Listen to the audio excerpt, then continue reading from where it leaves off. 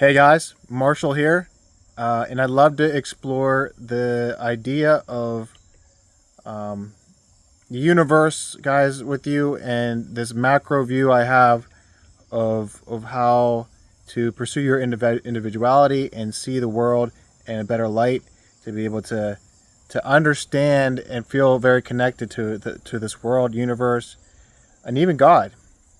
And there's been times in my life where I've been, you know, I felt very disconnected. I was, very uncertain. I was doing things that um, I was still in the moment. I was still enjoying myself. I was still being around other people in good and in harmony and everything. But I didn't understand the good and bad things that were going on in my life. The good things that were keeping me connected to nature, keeping me connected uh, to the physical world, and then connecting to my spirituality. And so um, that suffered in a way because what happened to me was I ended up basically in this like reset period where I had a tragic accident and I was looking for, meaning and understanding everything, and I needed to really expand my thinking. And basically now I have this very vast view of what I see as God. Before I was a little uncertain. Now I could sit here and tell you I'm very certain at what I see as God being. And just like in the Bible, they say God is everything. I don't know the exact wordage. I don't think I've ever even read the full Bible. I've read some of the Bible. I haven't read the whole thing. Maybe one day I will. But I know the certain aspects of it, and I understand that they'll say God is everything. God is in everyone that sees Him, and so the way I see this is also from a science standpoint. A lot of people think that science isn't like, you know, science and religion are two enemies. No, I don't see it that way. I see the exploration of science, the paradox of life, all of these things that align perfectly for us to be in this Goldilocks zone, to be alive right here in this moment. Such a beautiful, godly thing. The study of science, all the things that the more you learn about the world, the more you learn about the universe, the more you look up at the stars and see what's out there. To me, that is a deep, deep aspiration and faith for what God is. Whenever you plant a plant in the ground, that is a deep aspiration of faith. Creating life and understanding how life is in such a vast way, how big the universe is, and how we were given this opportunity to live. And basically also seeing that the earth underneath our feet is full of energy. Molten lava churning, a magnetic field, giving us an opportunity to survive, the moon, giving us an ability to live here. This understanding should help you feel that you're here for a reason. That, and also this can even go against a lot of what other people think. So that's part of it too. So you're gonna have other people that have views that are contrary to this, and these views are going to be more of a micro view. Oftentimes you'll have someone, even try to impose God is this to me. That God is this person. You need, and this is what you need to do. And oftentimes even try to manipulate people, even shame people and blame people and try to point them in a direction, rather than understanding the vastness of what he's doing, the possibilities, the role that you're being given, and even your pursuit of being your most authentic self, and that is bringing out the most that you can offer. Really, bringing out everything internally and bringing it to life. And then when you do that, oftentimes people are gravitated towards you. People will want to be around you more. People will laugh at your jokes more. You'll have more charisma. All of a sudden, the jokes come quicker to you. The comments become quicker. Your comfort in yourself understanding your framework of your beliefs, understanding the structure of your life becomes definite.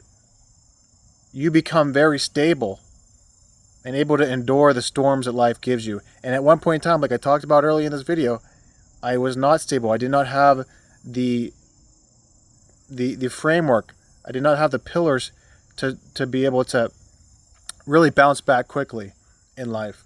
So, unfortunately, we don't really often have a great understanding of this from a young age. We don't normally pursue these things. Normally, we're pursuing some sort of degree. We're being taught what to think. We're given coursework. We don't think as an individual. We don't pursue this way of thinking to structure your beliefs, and we often struggle because of this. And so, I can't stress to you how important this is. I hope that you can actually think about what I'm saying and try to create your macro view and try to create this connection you have with the nature, with God, and maybe even someone that is even an atheist, someone that doesn't believe in God, help them to see that how can you be an atheist? You're alive here. You're part of God. And help them to see that you have the capability to be part of this way of thinking, not shaming them, not antagonizing, not being upset because this goes against what you think, but being able to ask them the questions, and maybe even you have the type of understanding of this where you can even help them become connected, more connected, help them feel like they become more aligned, more structured, whether or not they see everything alive around them as this as a godly place, or whatever they perceive it as. But that, like I'm saying earlier in this video, is that there is this idea that is like pinpointing, and oftentimes you'll be around people that try to pinpoint, and if they don't see things the same way, they're not willing to expand. They're not really to be expansive on something. They're actually constricting and non-collaborative, and this is somewhat of a lack of spirituality. So this can be oftentimes a sign that they are suffering, because as I've just recently learned, the Buddha describes the way you deal with your suffering is how you are spiritual. So if you are not able to deal with your suffering, if you're not able to deal with the fact that you've been kind of pushed into a direction in life and you don't know how to change it, and you just suffer and you suffer, and oftentimes you attack others, you won't see the actual, they oftentimes don't see the potential that they can actually rearrange their life in a way and become more of an individual and be able to pursue things that they love and be able to go after the things that they never had a chance to do, be able to see the opportunity, be able to see the time that they can put towards something that they love, instead of seeing life as such a pigeonhole type thing. This is what the direction I've been pushed towards by my parents, and I don't want to worry them. I don't want to go against what they think. This direction that you've been pushed into, whoever it is, maybe it's even the person you're dating. You don't want to lose her. She wants you to be a certain type of person, and you don't even love that person you're becoming. Once you really understand and structure yourself, what you really believe in, write it down, look at it again the next year, write more things down, keep compounding on this, keep seeing this better way of living as a very possible way of being. Then you're able to move through life more confidently, more charismatically, and more joyfully. Whereas you see these people that are very restricted, easily triggered, frustrated. They don't see the opportunity. They don't see the reasoning. They'll oftentimes they'll be talking about something you enjoy, and they'll say, that doesn't matter. The only thing that matters is family. They'll oftentimes just like try to compare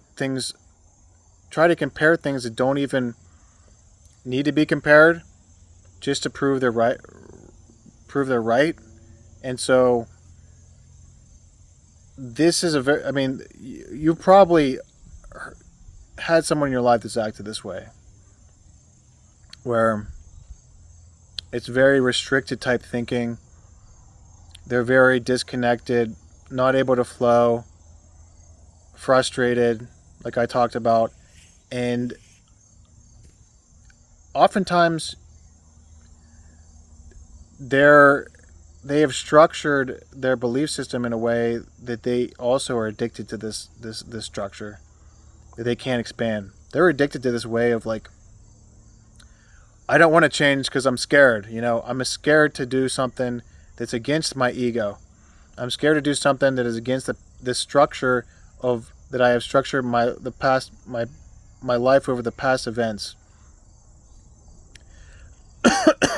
And they don't want to feel inferior by doing things wrong. They don't want to learn from their mistakes because they're so worried about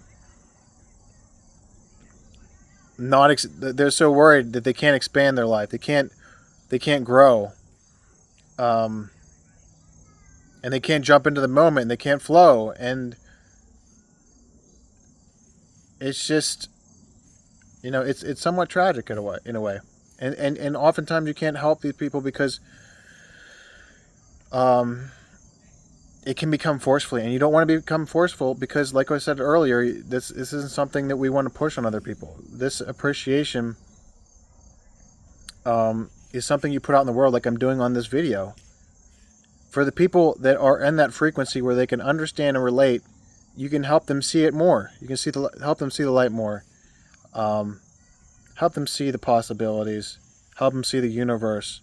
Don't be scared about how big the universe is. Don't be scared of being such a small... I like to think of this as like,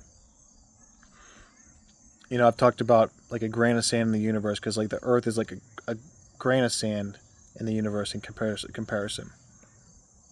But the Men in Black movie, where they open up the locker, and there's like a civilization in there. There's like a little ecosystem of these little alien creatures living in this guy's locker and they basically worship the guy that opens the locker.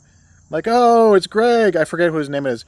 Oh, hail Greg. It's such a funny thing, but like, we could be such a small civilization in this universe, and you don't have to make sense of it. It's a paradox. You just have to detach from this, this big thing around you. Detach from the ego. Be okay with being a person with a small role on this earth. And go out there and do it. Whatever it is, believe in it. Structure your life around it. Whatever message you want to pass on to other people, do it. For me, right now, the message I want to pass on to other people is that you can manifest anything. You can make anything funny. You can make... And for me, that brings me back to when I was younger, when everything was easy. Being funny. Taking things, making analogies. And I want to add this to my, daily thing, where I want to be able to rapid fire, come up with a joke, boom, just like that. And I have done that today several times. I've come up with a joke randomly. I can't really think of them off the top of my head right now, but my message would be, I've had horrible things that happened in my life, horrible things, and a lot of us have. But we can manifest that, we can change that around, and we can see the light in those horrible things. We can even see the humor in those horrible things. I've spent some time, I've wrote probably a 5-minute bit on just being handicapped. And that whenever you can channel the stuff, when you can be this person that doesn't have an ego, you can be self-deprecating, You can bring people out of this area where they're scared to be self-deprecating. They're scared of breaking their fragile ego, and you can show them the way, but just being who you are, along with making videos like this to help people on the way. But you can show them by being. You can show them by being funny, and show them by being charismatic and being in the moment. And that's who I want to strive to be. I want to be. I want to improve in that demeanor. And I was watching. For the most part, I'm going to wrap up the video here, but I was watching. What the heck is his name? He had a comedy special. Something Williams. The guy that played Rocket Man in the movie when you probably saw that when we were young. If you were a '90s kid. Rocket Man. Really funny movie about him going to outer space training. Oh shoot. Oh man, our owl buddy was back and I didn't realize that I was so into my video. I've seen the same owl tonight that we had in our last video. Glorious owl. A godly owl. Beautiful. On the ground looking at me. Same thing again. I saw it again today. Just like last week when I saw him. On the ground looking at me. And I was like, you know what? You know who that is out there. But, yeah,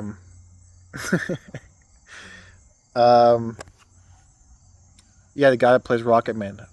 I'm hoping we can get this owl on video still. So stay here if you want to see it. I think we're going to see it again. Rocket Man. He plays Rocket Man. His comedy is so funny. He's so quirky and silly, but he owns it. He's eccentric. Oh, I see it now. How good my zoom is.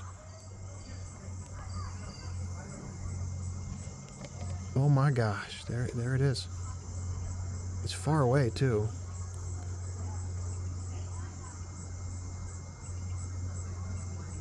Damn it, I'm too zoomed in. It went up in that tree.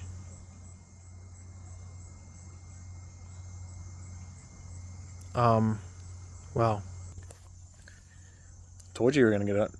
That's like some National Geographic shit right there. But this comedian, so funny. Nuances, quirky facial expressions. He's a goofy looking guy. He owns it. His humor is goofy. He owns it. Better than it was so good. The way it was so authentic. His structure of his jokes were all good. I'm sort of picking up on the nuances of what he was doing. I'm trying to think of some of his jokes too. Just little nuanced things, like he starts a bit out and he's like, "You guys ever been to that star? I've been up to this low." He's like, "I went to this coffee shop. Nice little coffee shop down the road, on the corner. Beautiful little shop. You probably heard of it. You might have heard of it. It's called the Starbucks." It was just such a funny thing to start out with. The irony of the fact that everybody knows it is what the funny part is. You pick up on these like things. He was talking about yodeling. He was talking about yodeling on. He talked about gun violence too. He said.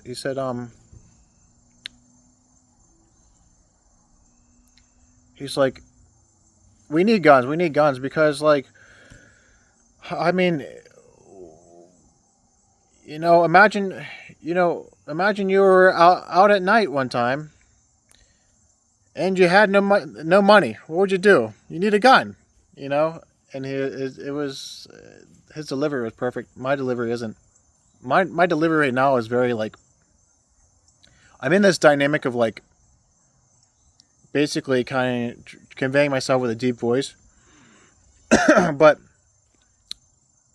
for the comedy aspect, I need to seek out the charisma and kind of bring out the lighter voice, bring out the energy a bit. For some reason, the energy in the comedy, they can feel your emotion more. You fluctuate, you take it down a little bit quieter.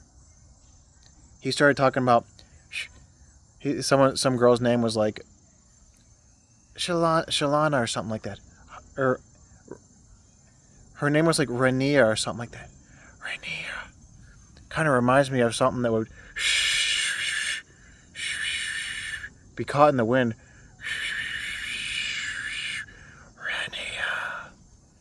It was just like such goofy stuff, and he even though some of the stuff wasn't even that funny, he would like the way he moved his eyes too when he did like he was very into his whole personality was almost like a bit, really. But he's always doing that thing. His goofiness is like a bit, but it's him. It's what it is. It seems like a bit, but it's really who he is because he's been doing this for so long. It's who he is. It's who he wants to be. And it comes through. And to everybody that sees him on stage, they're just like, this is a bit. Is it? Like, this might be who this guy is all the time. He's just basically bringing it out of him. The goofiness, everything.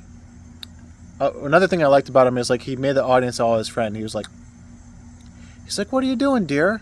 What's your name? What do you do? And he's like, so this younger guy in the audience, he's like, hey, buddy, what's your name? It was like a sincere, funny, goofy, like, it was almost like overly caring, which was the funny part. He's like overly caring. He's going a little bit over the top, and it's funny. He's like exaggerating. Exaggeration is humor. His almost his whole bit was like a lot based on exaggeration. His analogies exaggerated. A lot of his stuff was exaggerational humor. It was really good, really good. I'd check him out. I can't remember exactly his name, but he did it was one of the best 45-minute stand-ups I've seen in a long time. Really well done. Good, there's a structure to comedy, there's a structure to life. There's a way of being more connected. You seek the right tools. And that's why you should check out the rest of the videos on this Mentoring 365 channel, guys. Check it out, guys. I put together a bunch of videos early on when I first started describing my journey. This is a journey of the past 2 years, really, of becoming a better me. And I'm becoming a lot more comfortable in myself, enjoying being silly. Sometimes, though, I do still get triggered.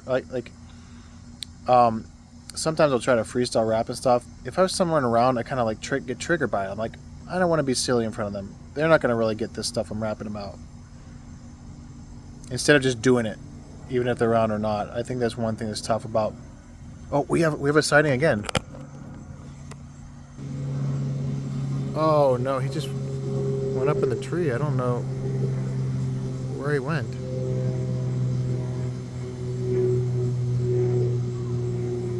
He's up in that tree. He just flew over there. He's doing his laps. And so I guess we'll end this video here as we watch out, possibly see this owl up at my my neighbor's house, where I spent a lot of great memories when I was younger, going up, hanging out with him. Great dude. Very he's not religious, but I would say he's a very godly person, very connected. And that's what I think about this video. I think this is maybe like perfect for a person that isn't very religious, to help them understand that they are connected to this world. They're connected to even religions that they don't even believe in. Oh, there it goes. Oh, it's gone. It's gone, guys. So, my message to you guys is, please feel connected, because you are,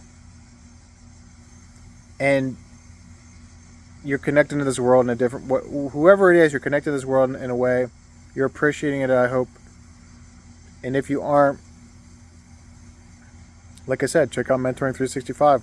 Check out the other videos. I think they'll help you connect more. All right, guys. Deuces. I love you guys. Thanks for watching.